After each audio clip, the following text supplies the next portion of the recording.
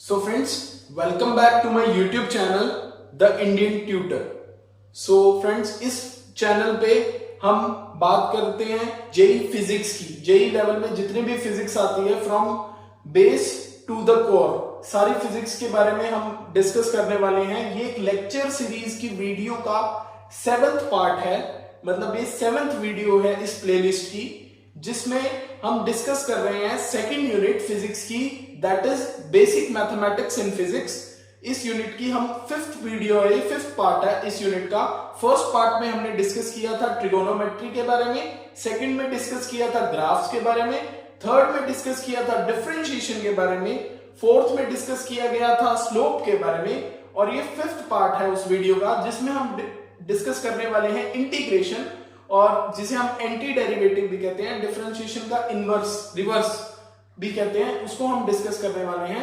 तो अगर आपने वो पहले वाली वीडियोस नहीं देखी हैं तो मैं डिस्क्रिप्शन बॉक्स में लिंक डाल दूंगा और आई कार्ड में भी लिंक कर दूंगा पुरानी प्लेलिस्ट, तो पहले जाके उस प्लेलिस्ट को देखिए। उसमें हमने स्टार्ट किया है यूनिट्स एंड डायमेंशन से, उस पे 2 वीडियोस हैं, और उसके बाद ये बेसिक मैथमेटिक्स इन फिजिक्स है। तो अगर आपने चैनल को सब्सक्राइब नहीं किया तो प्लीज सब्सक्राइब कर लें एंड बेल आइकन को प्रेस कर लें, ताकि आपको लेटेस्ट वीडियो का अपडेट मिलता रहे। और एक कंप्लीट सीरीज आने वाली है इस चैनल पे, other revision, basic fast revision, short notes etcetera, इस टाइप की भी वीडियोस आने वाली हैं। तो तब तक के लिए प्लीज सब्सक्राइब करें and let's start with the video integration.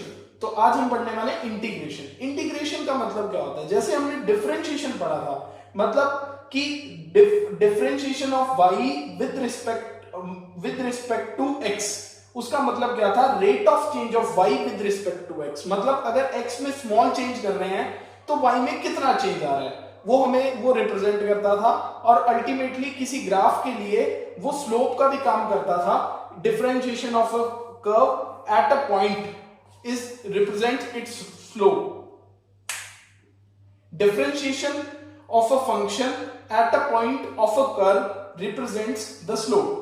तो हम आज बात करने वाले इंटीग्रेशन की। डिफरेंशिएशन का जस्ट अपोजिट है। जैसे वहां पे sin x का डिफरेंशिएशन cos x होता था, यहाँ पे cos x का इंटीग्रेशन sin x होगा। जितनी भी हमने वो स्टैंडर्ड टेबल याद की थी डिफरेंशिएशन की, वो हमें याद होनी चाहिए, क्योंकि उसका ही यूज करके हम एग्जैक्टली उसका इनवर्स करने वाले हैं। उधर राइट हैंड साइड वाली टेबल से लेफ्ट हैंड साइड में आएंगे। तो बस उसमें एक डिफरेंस ये होता है कि हमने डिफरेंशिएशन में एक चीज पढ़ी थी कि कांस्टेंट का डिफरेंशिएशन 0 हो जाता है। अगर हमारे पास y बराबर 7 है तो dy by dx 0 हो जाता है। तो इसका मतलब ये है कि अगर हम किसी चीज को इंटीग्रेट कर रहे हैं तो वहां पे कभी ना कभी कुछ कांस्टेंट की वैल्यू रही होगी, रह भी सकती है, नहीं भी रह सकती। इसलिए सेफ साइड के लिए हम हमेशा जब इंडेफिनेट इंटीग्रेशन की बात हो तो एक कांस्टेंट c हमेशा इंक्लूड करेंगे जब भी हम इंटीग्रेट करेंगे किसी भी चीज को, स्टैंडर्ड जनरली। तो ये बात ध्यान में रखनी है। और हमें क्वेश्चन में पूछा कैसे जाएगा? Integrate function, integrate y with respect to x, या फिर हमें दिया जाएगा फाइंड दिस। इसका ये साइन इंटीग्रेशन का होता है, integration y with respect to x, या फिर integration function of x with respect to x, जो अल्टीमेटली है क्या? y की वैल्यू ही फंक्शन ऑफ x है। तो अब हम कुछ इंटीग्रेशंस हैं जिनको हमें थोड़ा याद रखना है, हमारे काम आएंगे। एग्जैक्टली हमें तो यूज करने हैं फिजिक्स में। मेन इंटीग्रेशन आपका मैथमेटिक्स में आता है 12th स्टैंडर्ड में जाके, जो आपको पूरा एक्सप्लेनेटरी एक एक उसके पार्ट्स को डिवाइड करके उसमें पढ़ना होता है। हमें तो बस अपनी फिजिक्स में जितना काम आना है उतना पढ़ना है अभी के लिए। तो लेट्स स्टार्ट करते हैं। फर्स्ट इसका एग्जांपल है इंटीग्रेशन sin x dx। अब हमने इंटीग्रेशन के टाइम पढ़ा था, डिफरेंशिएशन के टाइम पढ़ा था कि cos x का डिफरेंशिएशन माइनस sin x होता है। तो sin x किसका डिफरेंशिएशन था? माइनस cos x था। तो sin x का इंटीग्रेशन क्या हो जाएगा? Minus cos x। नेक्स्ट हम बात करते हैं, हमने पढ़ा था कि sin x का डिफरेंशिएशन cos x होता है। तो जब हम cos x का इंटीग्रेशन करेंगे तो हमें क्या मिल जाएगा? sin x प्लस c तो कांस्टेंट लगाना है। और उसके बाद हम बात करें e की पावर x, वो एज इट इज रहती है। तो e की पावर x d का जब x के रिस्पेक्ट में इंटीग्रेशन करेंगे तो क्या आ जाएगा? e की पावर x प्लस c। अब हमने वहां पे एक रूल पढ़ा था कि x की पावर n का जब हम डिफरेंशिएशन करते हैं विद रिस्पेक्ट टू x, तो वो आता है इसकी पावर को आगे लिख के as it is n into x की पावर n माइनस 1। वहां पे क्या हो रहा था? हमारी पावर एक कम हो रही थी और जो एग्जिस्टिंग पावर थी वो आगे मल्टीप्लाई में जा रही थी। यहां बिल्कुल उसका अपोजिट होगा। जो पावर अभी है उसमें एक ऐड हो जाएगा और वही जो पावर ऐड होने के बाद बनी है वो डिनोमिनेटर में चली जाएगी, तो ये प्लस सी कांस्टेंट। तो ये रिजल्ट हमें याद रखना है, बस ये रिजल्ट तब होल्ड नहीं करता जब n की वैल्यू -1 हो। क्यों? जब n की वैल्यू -1 हो जाएगी तो -1 + 1 0, तो ये इनडिटरमिनेट फॉर्म बन जाएगी। इस वजह से ये तब तक वैलिड है जब तक n की वैल्यू -1 ना हो। जब n की वैल्यू -1 हो तो उस केस में वो मैंने उधर लिख रखा है, इस साइड आप देख सकते हैं x की पावर -1 dx। इसका इंटीग्रेशन करने के लिए हम इसको लिखेंगे 1/x dx, और हमें डिफरेंशिएशन के रिजल्ट से याद है कि ln x का डिफरेंशिएशन होता है 1/x, तो उसका इंटीग्रेशन वहां से आ जाएगा। अब हम नेक्स्ट बात करें इंटीग्रेशन ऑफ 1 dx या किसी भी कांस्टेंट dx की बात करें तो वो क्या आएगा, दैट कांस्टेंट इनटू x की पावर 0 dx, क्योंकि 1 को हम लिख सकते हैं x की पावर 0 लिख सकते हैं, और x की पावर 0 का जब इस फॉर्मूले से इंटीग्रेशन करेंगे तो क्या आएगा, x और प्लस कांस्टेंट c। तो ये दोनों रिजल्ट मोस्ट इंपोर्टेंट है, हमें याद रखने हैं। अब हम जितने भी वहां पे डिफरेंशिएशन में रिजल्ट पढ़े थे उन्हें प्रूव कर सकते हैं। जैसे secant square x dx का आंसर क्या आएगा, tan x plus c, क्योंकि हमने पढ़ा था कि tan x का डिफरेंशिएशन secant square x होता है, तो secant square x का इंटीग्रेशन tan x हो जाएगा। और अगर इंटीग्रेशन x³ dx की बात करें तो उसमें एक पावर ऊपर प्लस हो जाएगी और उसी पावर से नीचे डिवाइड हो जाएगा, तो बन जाएगा x की power 4/4 plus c।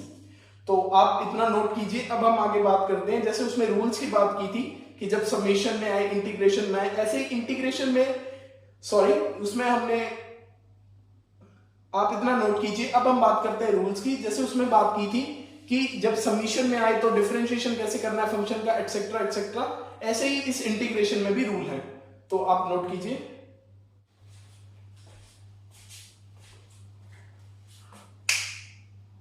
So friends, let's move to our next topic, that is rules of integration। जैसे हमने डिफरेंशिएशन में रूल की बात की थी वैसे ही हम यहाँ पे इंटीग्रेशन में रूल्स की बात करेंगे। तो यहाँ पे रूल्स कैसे, फर्स्ट रूल जैसा डिफरेंशिएशन में था कि जो भी कांस्टेंट होगा डिफरेंशिएशन के बाद वो एज इट इज रह जाएगा और फंक्शन का डिफरेंशिएशन हो जाएगा। सेम यहाँ पे भी है कि अगर एक फंक्शन y दे रखा है a.fx where a is constant, तो उसका इंटीग्रेशन क्या होगा कि a एज इट इज बाहर रह जाएगा मल्टीप्लाई में और फंक्शन का इंटीग्रेशन हो जाएगा। इसका एग्जांपल y = 2x, आप देख सकते हैं इंटीग्रेशन जब मैं y dx करूंगा तो मैंने 2 को बाहर रखा, ex का इंटीग्रेशन ex रहता है प्लस c, तो वो हमारा इंटीग्रेशन आ गया 2 × e⁻x + c। सेकंड रूल ये वही सिमिलर टू डिफरेंशिएशन है कि अगर हमारे को दो फंक्शन सम या सब्ट्रैक्शन में दे रखे हो तो उसमें हमें क्या करना है, कुछ नहीं करना, एज इट इज साइन को वहीं पे कॉपी करना है और इंडिविजुअल उनका इंटीग्रेशन करना है with respect to the variable that is asked in the question. मान लो क्वेश्चन में आपसे पूछा integration y with respect to x, तो आप करेंगे integration y dx equals to integration u dx plus minus integration v dx। Similarly ये तो थे इजी रूल्स। इसका एग्जांपल है y equals to sin x minus 3/x। मैंने यहाँ पे सॉल्व किया, मैंने इंडिविजुअल इनका इंटीग्रेशन लिया तो मेरे पास आया integration y dx equals integration sin x dx minus 3 बाहर आ गया इस रूल से, और इंटीग्रेशन 1/x dx। अब मैंने 1/x dx का इंटीग्रेशन याद रख रखा है, क्या होता है ln x, तो मैंने यहाँ पे लिखा। अब यहाँ पे एक देखने वाली चीज है कि दो इंडिविजुअल फंक्शंस का इंटीग्रेशन हो रहा है तो दो कांस्टेंट्स आएंगे, पर हमें समझने वाली बात ये है कि अल्टीमेटली तो ये इनडेफिनेट इंटीग्रेशन है। इनडेफिनेट इंटीग्रेशन है तो हमारे को कांस्टेंट की वैल्यू तो अननोन ही होगी, तो हम उन दोनों कांस्टेंट को कंबाइन करके एक नया कांस्टेंट c लिख सकते हैं। वही मैंने यहाँ पे किया है, sin x का इंटीग्रेशन माइनस cos x और 1/x का ln x, तो हमारे पास रिजल्ट आ गया minus cos x minus 3 ln x plus a constant c। अब थर्ड इंटीग्रेशन जो बहुत यूज में आएगा, थर्ड रूल जो बहुत ज्यादा यूज में आएगा, that is integration by substitution. Integration by substitution का क्या मतलब है, जैसे हमने वहां पे चेन रूल पढ़ा था डिफरेंशिएशन में, सिमिलर कुछ ऐसा है। अगर मेरे को दे रखा है y sin 3x + 2, मतलब जो y है वो एग्जैक्टली सिंपली x का फंक्शन नहीं है, बट वो अपने आप में उसके अंदर भी एक फंक्शन लिखा हुआ है। जो फर्स्ट फंक्शन है उसके अंदर सेकंड फंक्शन लिखा हुआ है, तो हमें इसका इंटीग्रेशन करने का जो बेस्ट और सब्जेक्टिव मेथड है वो यही है कि हम सबसे पहले अंदर वाले ऑब्जेक्ट को एक अनदर वेरिएबल मान लें u। लेट्स सपोज मैंने यहाँ पे u मान लिया, u = 3x + 2। मैंने दोनों साइड डिफरेंशिएट किया तो मेरे पास आ गया du/dx = 3, तो यहां से मेरे पास dx आ गया du/3। अब आप पूछ रहे होंगे कि मैंने dx क्यों निकाला, तो dx इसलिए निकाला जब कभी भी इंटीग्रेशन के अंदर कोई फंक्शन हो जैसे sin y, तो इसका इंटीग्रेशन मैं x के रिस्पेक्ट में नहीं कर सकता। जब तक मेरा वेरिएबल सेम नहीं होगा तब तक इंटीग्रेशन परफॉर्म नहीं किया जा सकता। यहाँ पे जब तक x या x का कोई फंक्शन नहीं आ जाता तब तक इंटीग्रेशन पॉसिबल नहीं है। इस रीजन से मैंने यहाँ पे इंटीग्रेशन y dx और यहाँ पे लिखा sin u। अब sin u था, आगे मेरे पास आना था dx, पर मैं dx को इंटीग्रेट नहीं कर सकता क्योंकि पॉसिबल नहीं है। u वेरिएबल x के साथ कैसे इंटीग्रेट होगा? उसके लिए मैंने x dx को रिप्लेस कर दिया du/3 से और नॉर्मली सॉल्व कर दिया, कांस्टेंट को बाहर निकाल दिया। sin u du का क्या होगा? 1 - cos u by 3 plus c आया और u को मैंने एट लास्ट रिप्लेस कर दिया 3x + 2 से। अब ये जो इंटीग्रेशन बाय सब्स्टिट्यूशन है इसकी एक ट्रिक है, बट आपको ट्रिक थोड़ा ध्यान से यूज करनी पड़ेगी क्योंकि अंदर ये यहाँ पे तो लीनियर फंक्शन है 3x + 2, यहाँ पे बाई क्वाड्रेटिक फंक्शन भी आ सकता है, तो उसमें मान लो यहाँ पे 9x² + 2x आ जाता तो अंदर बन जाता 18x + 2, 18x + 2। तो हमारे को जो डिवाइड में टर्म डालनी थी वहां पे हमारी 18x + 2 आती। अब मैं समझाता हूं कैसे। ट्रिक क्या वर्क करती है? ट्रिक कुछ नहीं कहती। ट्रिक का मतलब है कि अगर हमारा कोई फंक्शन गिवन है y = sin 3x + 2, हमें कुछ नहीं करना, इसको नॉर्मल फंक्शन की तरह ट्रीट करना है, that y = sin theta. sin theta, तो sin थीटा का इंटीग्रेशन क्या होता है? cos theta. तो एग्जैक्टली ट्रिक के अकॉर्डिंग मैंने सीधा इसको इंटीग्रेट कर दिया cos 3x + 2 + c। अब मुझे क्या करना है? जो अंदर फंक्शन गिवन है इसका डिफरेंशिएशन इस टर्म के डिवाइड में डालना है। इसका डिफरेंशिएशन क्या आएगा? 3x + 2 का 3 और 2 का आएगा 0, 3x का आएगा 3 और 2 का 0, तो इसका डिफरेंशिएशन आया 3। तो सिमिलर वे में यही चीज आप वहां पे नोट कर सकते हैं कि इस केस में भी यही हुआ है। जो हमारा आंसर आया था डायरेक्ट ट्रिक से वो क्या आया? -cos 3x + 2 by 3 divide plus c। Same यहाँ पे आया -cos 3x + 2 by 3 plus c। तो ये ट्रिक है, आप याद रख सकते हैं, आपका टाइम बहुत सेव करेगी, आपको ये सब्जेक्टिव वे से नहीं जाना पड़ेगा। आप प्लीज इसे नोट कीजिए और ट्रिक को जरूर ध्यान रखिएगा। सो फ्रेंड्स, अब नेक्स्ट टॉपिक में मूव करते हैं। अभी तक हमने जो पढ़ा वो था इनडेफिनेट इंटीग्रेशन। अब जो हम पढ़ेंगे वो होगा डेफिनेट इंटीग्रेशन। डेफिनेट इंटीग्रेशन जिसको हम कहते हैं इंटीग्रेशन विद लिमिट्स, क्योंकि जो नॉर्मल अपने इंटीग्रेशन लिखते हैं वो अपने लिखते हैं इंटीग्रेशन का साइन fx dx। यहां पे एक लोअर लिमिट भी आ जाती है, यहां पे मैंने लिया x = a, यहां x = b। ये लोअर लिमिट मिनिमम वैल्यू भी होती है जहां से लेके जहां तक हमें फंक्शन को इंटीग्रेट करना है। अभी इस टॉपिक के बाद जस्ट मैं आपको ग्राफिकल मीनिंग बताने वाला हूं इंटीग्रेशन का, तब आपको ये चीज बेटर क्लियर होगी कि ये लिमिट्स का सेंस क्या है। एक्चुअली जो इंटीग्रेशन होता है वो एरिया अंडर द कर्व बताता है, तो कहां से लेके कहां तक का एरिया लेना है ये चीज ये लिमिट्स बताती है। इसलिए जब हम इंडेफिनेट इंटीग्रेशन करते हैं तो हमारे पास एक कांस्टेंट वैल्यू रह जाती है, बट यहाँ पे कोई कांस्टेंट वैल्यू नहीं रहेगी क्योंकि एक डेफिनेट चीज हो गई। ठीक है, समझ रहे हैं बात को?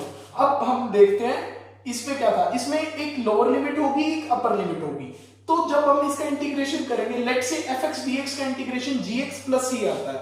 अब उसमें लिमिट्स लग जाएंगी b और a की। तो अब हम बात करें c है, जब इसको लिमिट्स को सॉल्व करना आता है पहले अपर लिमिट पुट करते हैं, फिर नेगेटिव के साथ लोअर लिमिट्स पुट करते हैं। तो यहां क्या बनेगा? g(b + c - g(a + c)। तो c से c कट जाएगा, बचेगा क्या हमारे पास कि जो इंटीग्रेट होने के बाद फंक्शन आया है उसकी वैल्यू अपर लिमिट पे माइनस उसकी वैल्यू लोअर लिमिट पे। तो ये हमारा डेफिनेट इंटीग्रेशन का फॉर्मूला है, जिस केस में हमारा फंक्शन था y = f(x). अब हम इसे थोड़ा एग्जांपल से समझते हैं। फर्स्ट एग्जांपल लेते हैं, इंटीग्रेशन sin x dx। हमारे को लिमिट्स दे रखी हैं 0 से π। अब हमें पता है sin x का integration -cos x + c, -cos x + c। अब इसमें लगानी है हमें लिमिट्स लगानी है, तो मतलब कांस्टेंट वैल्यू तो सीधी सीधी कैंसिल आउट हो जाएगी। तो हमने क्या किया? -cos π अपर लिमिट रखी, माइनस का साइन, फिर -cos 0। तो हमारे पास -cos π हो जाएगा 1 और cos 0 होता है 1, और वहां से भी माइनस माइनस कैंसिल आउट होके वो बन जाएगा 1 + 1 2। और अब जब आप इस चीज को ग्राफिकली ऑब्जर्व करेंगे तो जो sin x का ग्राफ होता है हमने पहले के लेक्चर्स में पढ़ा था, आप चेकआउट कर लीजिएगा इसकी सेकंड वीडियो में बेसिक मैथमेटिक्स की। उसमें मैंने बताया था sin x का ग्राफ होता है, तो इस sin x का ग्राफ 1 एरिया पोजेस करता है ईच क्वाड्रेंट में। तो आप देख सकते हैं 0 से π तक इसका एरिया क्या आ रहा है? 1 + 1 2, और मैथमेटिकली क्या आ रहा है? 1 + 1 2। अब हम नेक्स्ट एग्जांपल पे मूव करते हैं, इंटीग्रेशन x dx माइनस 2 से 2। x dx क्या होता है? एक straight line passing through origin जिसका स्लोप 1 हो, तो एक straight line passing through origin जिसका स्लोप 1 हो, इसका हमने इंटीग्रेशन करना है माइनस 2 से 2। अब एक कन्वेंशन होती है कि x एक्सिस के ऊपर का एरिया पॉजिटिव माना जाता है, x एक्सिस के नीचे का एरिया नेगेटिव माना जाता है। तो पॉजिटिव एरिया कितना आएगा 0 से 2 में? 2 into 2, 1/2 into base into height, जो हमारा फॉर्मूला आता है 2 यूनिट इसका आ गया और माइनस 2 यूनिट इसका आ गया, तो कैंसिल आउट होकर क्या आ गया 0। अब हम मैथमेटिकली देखते हैं, तो इंटीग्रेशन x dx क्या बन जाएगा? x²/2, लिमिट्स लगा देंगे माइनस 2 से 2, तो सॉल्व करने के हमारे पास क्या आएगा 2 माइनस 2 0। मैच कर रहा है ग्राफिकली। तो यही चीज मेन अपने कितना किस चीज को लिंक कर पाते हैं, कितनी हमारे को कोई चीज क्लिक करती है। अगर इंटीग्रेशन डिफरेंशिएशन आपको ग्राफिकली कॉन्सेप्ट क्लियर हो गया तो मैथमेटिकली आपके लिए वो चीज सॉल्व करना कोई बड़ी बात नहीं है, क्योंकि हमारे फिजिक्स में मोस्टली इसका ग्राफिकल यूज आएगा, मैथमेटिकल भी आएगा, मैं मानता हूं मैथमेटिकल यूज भी आएगा, बट ग्राफिकल यूज इसका ज्यादा आएगा और वो ज्यादा हैंडी है, समझ रहे। अब नेक्स्ट अपने बात करते हैं, किसी कांस्टेंट का इंटीग्रेशन कर दिया 1 से 3 तक। अब कांस्टेंट का इंटीग्रेशन y इक्वल्स टू 4 था, y इक्वल्स टू 4 क्या होगी? एक लाइन होगी parallel to y equals to 4, एक लाइन होगी पैरेलल टू x एक्सिस जिसकी एल्टीट्यूड मतलब वो y कोऑर्डिनेट क्या होगा 4। अब हमें को बोला 1 से 3 तक इसका एरिया इंटीग्रेट करना है। 1 से 3 तक एक रेक्टेंगल फ्रेम करेगा जिसकी लेंथ है 4, ब्रेड्थ है 2, तो एरिया क्या आना चाहिए 8। अब हम मैथमेटिकली देख लेते हैं, इंटीग्रेशन 4 dx में कांस्टेंट 4 बार आ गया, अंदर बचा इंटीग्रेशन dx लिमिट 1 से 3, तो x dx इंटीग्रेशन dx क्या आएगा x में लिमिट डाली 1 से 3, तो हमारे पास आंसर क्या आ गया 4 into 3 minus 1 दैट इज 8। तो ये हमारे को ग्राफिकली मिला था, बिल्कुल मिला था।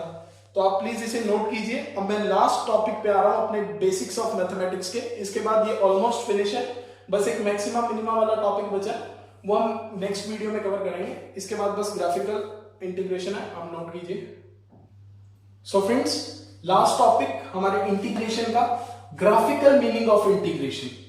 ग्राफिकल मीनिंग ऑफ इंटीग्रेशन क्या कहता है? जैसे डिफरेंशिएशन का ग्राफिकल मीनिंग था that it represents slope of a curve at a point, वैसे इंटीग्रेशन का मतलब क्या है? ये एक ग्राफ और एक्स एक्सिस के बीच में जो एरिया लाई करता है उसके बारे में बताता है इंटीग्रेशन हमारे को। फॉर एग्जाम्पल, जैसे मैंने पिछले क्वेश्चन में दिखाया था कि एक इंटीग्रेशन लिखते हैं हम a से b तक, जिसकी लोअर लिमिट है a, अपर लिमिट है b, और वो हमारा फंक्शन है y equals to F of X. उसका मैंने ग्राफ ड्रॉ कर लिया, ग्राफ आ गया। अब मैंने x इक्वल्स टू a से x इक्वल्स टू b तक इंटीग्रेट करना है, तो उसका तरीका क्या है? मैंने क्या किया, इंटीग्रेट का मतलब सभी चीजों को ऐड करना है स्मॉल पार्ट्स में।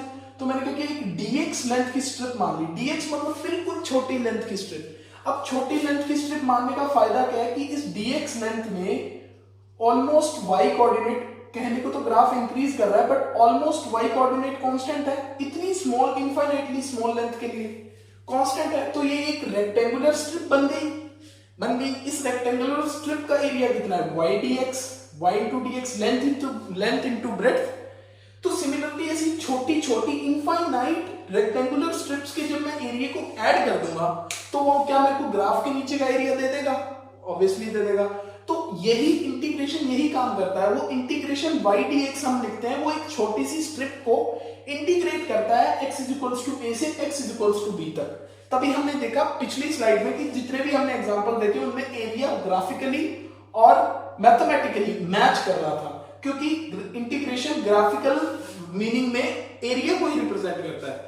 तो ये दो पॉइंट्स हैं जो आपको याद रखने हैं। Graphically integration presents area bounded between the graph of function and x-axis, and area above x-axis is taken as positive whereas area below x-axis is taken as negative. ये मैंने आपको बताया था पिछली केस में। तो friends, this is all about integration and all about this video। तो ये वीडियो मैं यहीं एंड करता हूं। तो अगर कोई भी क्वेरी हो, डाउट हो, आप मुझे कमेंट सेक्शन में पूछ सकते हैं, मुझे मेल कर सकते हैं, और अगर वीडियो अच्छी लगी हो तो लाइक करें, अगर अच्छी ना लगे तो डिसलाइक करें, और मुझे प्लीज सजेस्ट करें कि मैं कैसे इंप्रूव करूं अपने कंटेंट को।